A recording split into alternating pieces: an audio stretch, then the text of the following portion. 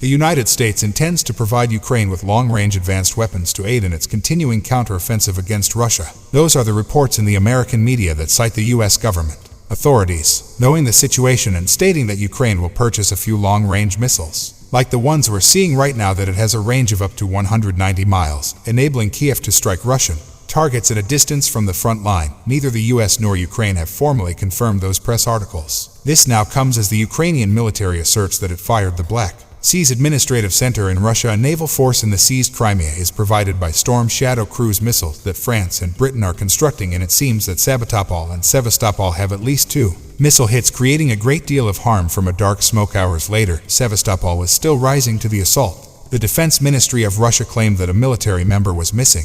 President Zelensky is currently only completed a week-long trip to the United States and Canada, where he made an appeal to legislators to seek further backing in the persistent disagreement on Friday calendars. Trudeau donated slightly over $500. $1 million were given to Ukraine. 50 armored vehicles are also included. Pilot education for the F-16 and delivery engineers across 3 years is the only additional time frame for an investment package of $325 million from the when President Zelensky made an announcement about Thursday's visit to Washington, D.C. I talked to Peter Zelemiv earlier, who is in charge of the Eurasia Democracy. So, we started by talking about the American long-range missiles allegedly provided to Kiev. I mean, this is something, these are since then, Ukraine has been waiting for, very likely. During the start of this conflict, or at least the start of Russia's tangled missiles on the offensive in the east, it would significantly increase ISIS in Ukraine, according to you, which has already shown some success with its domestic, regional, created a new south that was just shown Crimea, but nothing exists as the missile fired by the assailant, and what is considerably more crucial is the fact that it might make way for German-made tower rockets that are most likely even better for Ukraine's requirements, and Ukraine needs to keep attacking Russian construction.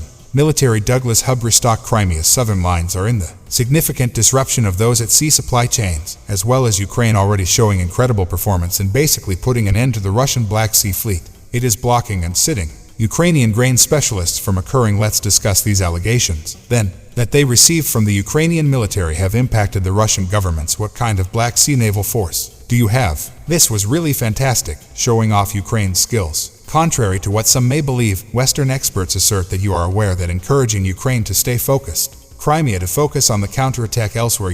I believe Ukraine's plan is working.